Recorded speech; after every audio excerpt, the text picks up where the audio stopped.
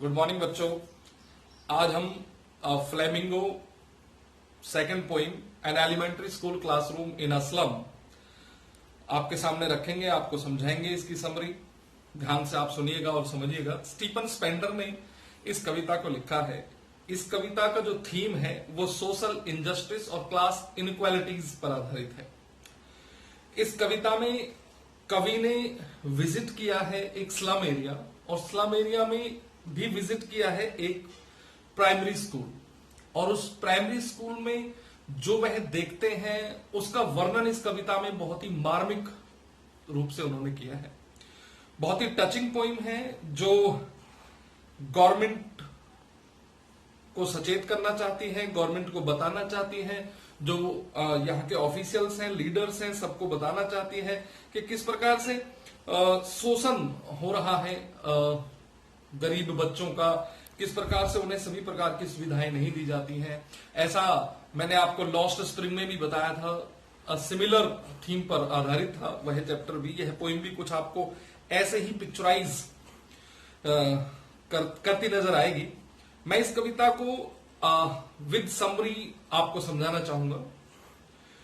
तो स्टार्ट करते हैं कविता। Far far from gusty waves these children of faces like rootless beads. Gusty waves ये कहता है कि वह शक्तिशाली जो लहरें हैं, उज्जवल जो लहरें हैं, उनसे दूर नजर आते हैं इन बच्चों के चेहरे जो खरपतवार के समान हैं। अर्थात ये बच्चे हमारी सोसाइटी में खरपतवार से ज्यादा और कुछ नहीं है। यहां पर जो बच्चे बैठे हैं, they are the paper seeming boy with raps eyes, the stunted unlucky heir of twisted bones. बहुत ही दुबले पतले बच्चे हैं, इनके जो बाल हैं वो बिखरे पड़े हैं, और ये वो बच्चे हैं जिन्हें बीमारियां अपने माता पिता से जेनेटिक रूप से मिली हुई हैं। यहां पर कक्षा में एक लंबी सी लड़की बैठी है जो गरीबी के बोझ के कारण उसका सर झुका हुआ है। यहाँ कक्षा में दूर कोने में एक बच्चा बैठा है जो सपनों में ही खोया हुआ है, बाहर गिलहरी के खेल को देख रहा है, और कक्षा में उसका कोई मन नहीं है। सेकंड पैरा जो इसमें बताया गया है कि on sour cream walls donation Shakespeare head cloudless at don.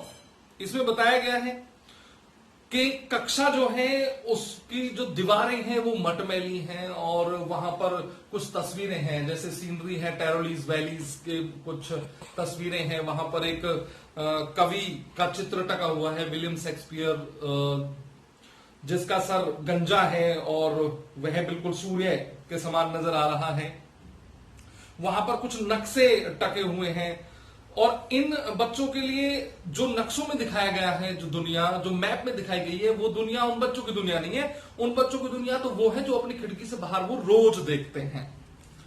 Shakespeare का चेहरा उन बच्चों के लिए कुछ नहीं है। शेक्सपियर तो उन बच्चों के लिए दुष्ट है। वो जहाज जो दिख रहा है सीनरीज में, वो जो शिप दिख रहे हैं सीनरीज में, ये तो उन बच्चों को ललायित करते हैं, चोरी करने की प्रेरणा देते हैं, क्योंकि इन बच्चों को उनका कोई अर्थ ही नहीं है, क्योंकि वो बच्चे भूख में हैं, गरीबी में हैं।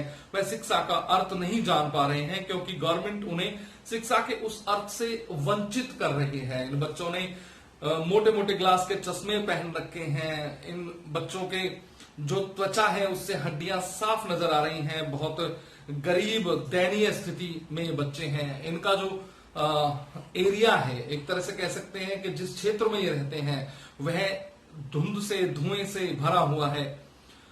कवि ये कहना चाहता है कि जब तक यहाँ के जो गवर्नर हैं, इंस्पेक्टर है, विजिटर्स हैं, वो जब तक सामने नहीं आएंगे तब तक इन बच्चों का कुछ भला नहीं हो सकता है। इन बच्चों को भी इजाजत मिले कि वो अपनी गंदी बस्तियों से बाहर जाएं। इन बच्चों को भी मौका मिले कि ये देखें कि किस प्रकार से बाहरी दुनिया होती है। इन बच्चों को भी मौका मिले कि ये पढ़ें, अपनी इनको भी किताबें मिलें, ये उन किताबों में पढ़कर अपने आप को सशक्त बना सकें। ये भी हरे भरे खेत देखें, ये भी देखें उस रेत को जब सूर्य छिपता है तो उसकी रोशनी उस पर गोल्डन कैसे नजर आती है। ये बच्चे जब पढ़ लेंगे और जब यह बच्चे अपने आप को सशक्त बना लेंगे, तब ये अपना भविष्य भी सशक्त बनाने में कामयाब रहेंगे, क्योंकि history is theirs whose language is the sun. यह थीम भी इसमें है कि इतिहास हमेशा उन्हीं का होता है जिनकी भाषा में चमक होती है, जिनकी भाषा सूर्य के समान चमकती दमकती रहती है। Thank you.